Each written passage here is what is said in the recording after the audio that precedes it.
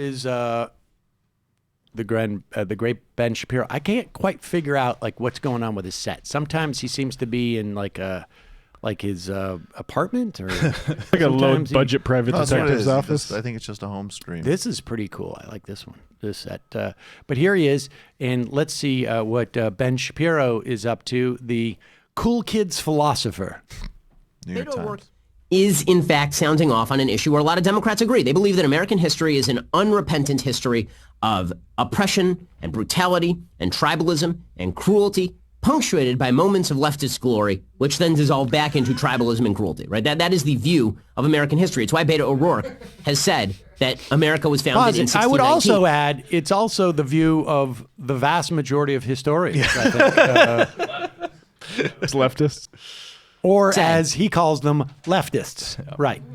It's why Beto O'Rourke has said that America was founded in 1619, at the time that the first slaves arrived in pre-colonial America. That's his statement. It's the statement of the New York Times. The left wishes to rob America of its unity by robbing us of our common history. The fact is, our history has dark places. It has a dark underside. All of that's true, but it's part of that same stream. Right? It's inseparable. The bad stuff and the good stuff. It's all part of the same story. Just like in your family. You have relationships with members of your family. Those aren't always glorious, right? They're bad times. They're good times. But the fact is, what makes you a family is that shared history. But for the left, that's what means that we're not a family, is the fact that our history isn't shared. It's really just a history of consistent oppression by one group upon another group. Here's how I would help his analogy.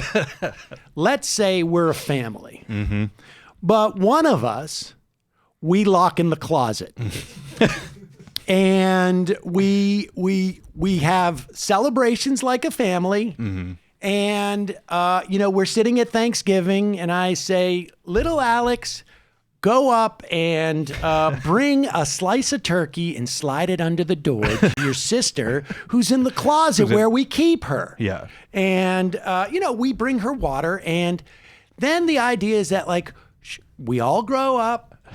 I'm a little bit older now, but you're emancipated because you're over 18, you're 21, and your sister, she's now emancipated, and now we're going to let her out of the closet.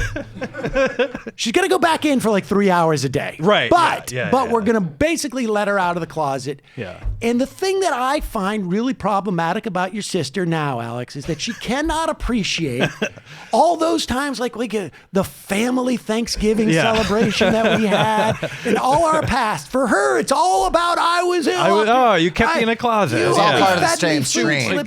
Same stream. That I think is probably more analogous, and he is complaining that child who was locked in the closet has grown up and has been emancipated from the closet and is now like still harping on it. Yeah. And also, like, my allowance is like $1 million and hers is like nothing. Well, first off, she had no allowance during all those years. Yeah, I've been saving mine. Yours. I've been investing mine in an IRA. When she's like, she had to do the chores for free. How come Alex's allowance is so much larger than mine? It's well, every year Alex got a raise. 10% of zero was zero. So you start at this number, and eventually, if Alex dies, you will overcome it. That's what he's getting paid.